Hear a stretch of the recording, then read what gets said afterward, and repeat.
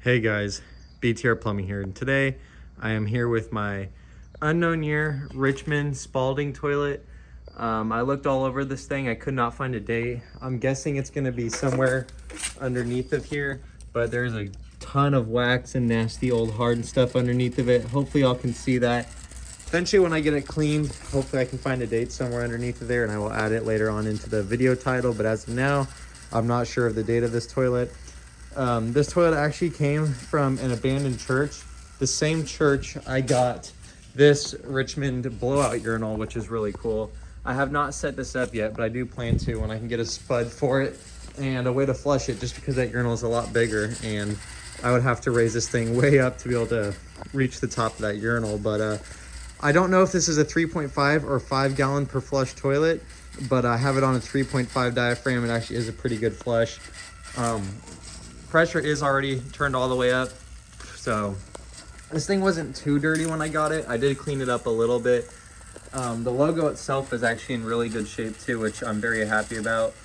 It did come with this church seat, but this seat is actually kind of weird, and I'll show you what I mean by that. If you look here, there's actually these weird springs. So the seat would go on top of the toilet, and then these springs would go underneath the underside of the toilet, and then it would bolt on. My only guess as to what these springs were added here for is maybe to push on this nut so it doesn't back off, because you know, sometimes after a lot of use, these seats come loose, they wiggle or they break. My guess is that these springs are meant to hold tension up against this nut so they don't back off over time. I mean, I don't know for sure. That's just my only guess, but yeah, this tank is completely full. One other thing I'd like to mention too is this toilet actually has a pretty large trapway. I don't know how it's going to do with performance tests yet. And I believe it also has a concealed siphon jet, which I have not put my hand up in there to feel if it has one or two or not. But if I were to guess, it probably has one. So here's a flush on 3.5 with the pressure turned all the way up.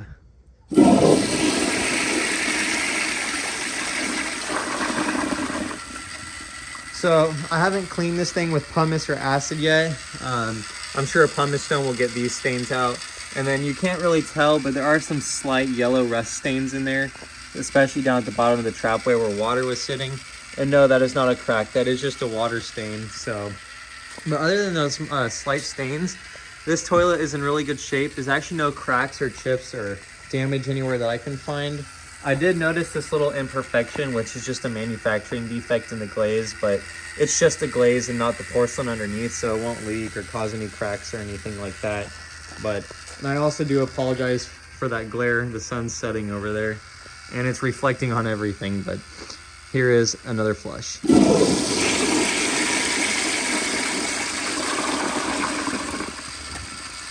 Now I'm gonna go ahead, turn down the pressure just a little bit and see if I can get the flush more like a gravity fed toilet. I've never tested this thing on weaker pressure. I've only just turned it all the way up and flushed it. So let's see what this does.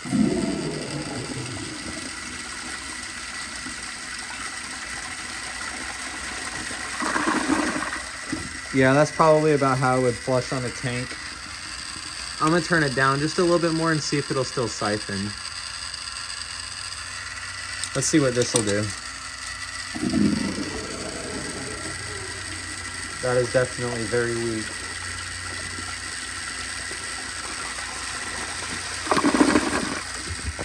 And it's still siphoned.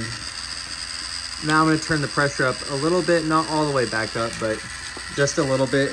And I will be back here in a second once the tank is refilled with some water.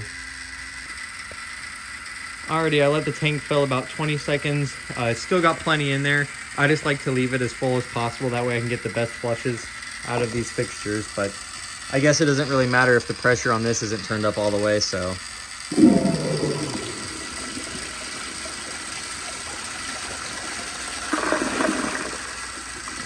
This is actually my first time seeing one of these toilets. I've never seen one before, and now I own one, which is awesome. I looked it up on YouTube and I found some videos of them, so they're definitely not super rare or uncommon, but you definitely don't find them very often, or at least that's what I've just kind of assumed, because I couldn't find very many videos of these on YouTube. But I just turned the pressure up a little bit. Let's see how it flushes now. That's definitely a bit better. That one kind of had an extended siphon. So go ahead and turn this all the way back up again.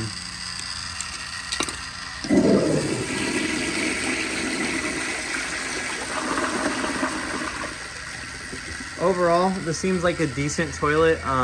It's not extremely heavy, but it definitely weighs a lot more than a lot of my commercial fixtures from around this age. So I know it wasn't made super cheap, and again, there's no glaze cracks or chips or anything like that. So judging by the large trapway, I'm sure it'll do good with performance, but again, I'm not a huge fan of concealed siphon jet toilets. And the main problem I've seen with concealed siphon jet toilets is when you're flushing stuff, it tends to get stuck up in the mouth of the trapway. And obviously that's if I were to be flushing rags and paper towels, which these were not designed to do. So here is another flush.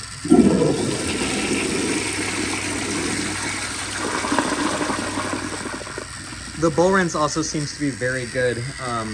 There's quite a bit of rim jets. They're a little dirty, I apologize, but there's quite a bit of rim jets, and they're all fairly large too. And I can't find anywhere that the rim jets miss on the bowl, so I can't imagine this thing having any bowl rinse issues. But overall, it's definitely a cool toilet. I like it, and I'm glad to have it in my collection. Hopefully I can find another one of these one day. But yeah, I really hope y'all enjoyed this video. If you did, please like, subscribe, leave y'all's comments down below, and as always, I will see y'all in my next video. Bye.